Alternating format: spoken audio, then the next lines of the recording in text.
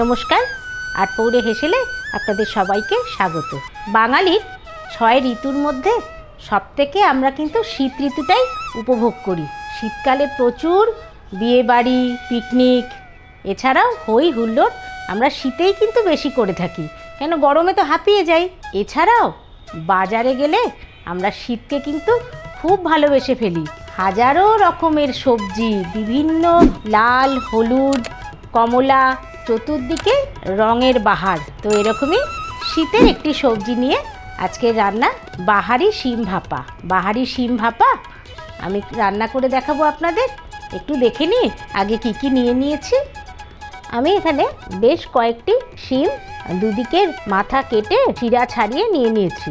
সাথে নিয়ে নিয়েছি টুকরো করা টমেটো, গুঁড়ো দুধ, এছাড়াও নিয়েছি নুন, জিরে গুঁড়ো, চিনি, চেরা কাঁচা লঙ্কা, মাখন, ধনেপাতা কুচি, ধনে গুঁড়ো আর হলুদ গুঁড়ো। এই রান্নায় আমি অল্প একটু সাদা তেল ব্যবহার করব। মূলত এটা আমি মাখনেই রান্নাটা করব। গ্যাস অন করে কড়াই গরম করে নিয়ে নিচ্ছি সাদা তেল। অল্প একটু সাদা তেল দেব। মূলত রান্নাটা আমি মাখনে করব, কিন্তু আপনারা যদি মনে করেন আপনারা সাদা তেলেও করতে পারেন।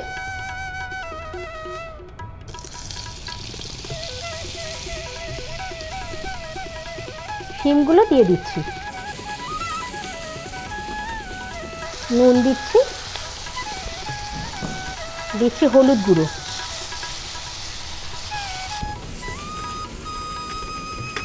নুন হলুদ দিয়ে শিমটা আমি মাখনের সঙ্গে নাড়িয়ে চাড়িয়ে মাখিয়ে নিচ্ছি। এখন আমি সামান্য একটু জল নেব, যাতে শিমটা হালকা ভাপাতে পারি। গ্যাসের ফ্লেমটাকে কমিয়ে দিয়ে আমি ঢাকনা বন্ধ করে 5 মিনিট রান্না হতে দেব। 5 মিনিট ঢাকনা বন্ধ করে আমি খুলে নিচ্ছি। দিয়ে দিচ্ছি টমেটোর টুকরোগুলো, নিচ্ছি হাফ চামচ ধনে গুঁড়ো, হাফ চামচ জিরে গুঁড়ো,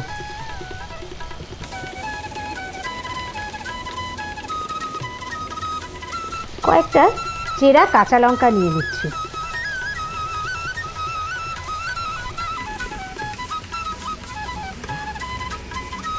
গ্যাসের ফ্লেমটাকে কমিয়ে দিয়ে আবার মিনিট 5 ঢাকনা বন্ধ করে মশলাটা কষিয়ে নেব। 5 মিনিট পরে ঢাকনা খুলে দিচ্ছি। এখন আমি 1 চামচ চিনি দিয়ে দেব। নিরামিষ রান্নায় চিনি কিন্তু একটু লাগে, তবে যাদের খুব অসুবিধা আছে তারা আপনারা সুগার ফ্রি ব্যবহার করতে পারেন। শিমটা কিন্তু একেবারে ভেঙে ভেঙে যাবে না, সেইভাবেই সেদ্ধ করতে হবে।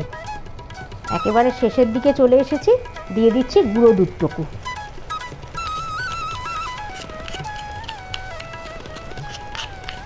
আপনাদের বাড়িতে যদি গুঁড়ো দুধ না থাকে আপনারা কিন্তু যে দুধ আছে সেই দুধই দিতে পারেন, তবে দুধটা একটু ঘন হলে রান্নাটা খেতে কিন্তু স্বাদ হবে।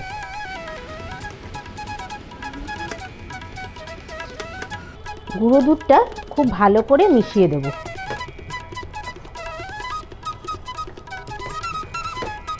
গুঁড়ো দুধ ছোটোবেলায় কিন্তু আমরা খুব চুরি করে করে খেতাম। আপনারা কিন্তু কমেন্ট করে জানাবেন আপনারা কারা কারা এরকম গুঁড়ো দুধ শুধু শুধু খেতেন। হয়তো মার থেকে 2 বার চাইতাম, কিন্তু 2 বার কিন্তু চুরি করেও খেতাম, কেন ওই 2 বারে তো মন ভরতো না মা যেটা দিত। এখন মিনিট 2 ঢাকনা বন্ধ করে রাখবো। 2 মিনিট পরে ঢাকনা খুলে দিচ্ছি।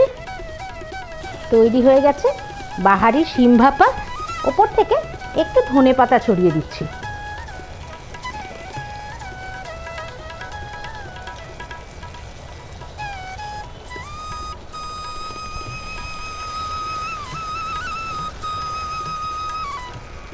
গ্যাস অফ করে দিচ্ছি, পরিবেশন করে দেব।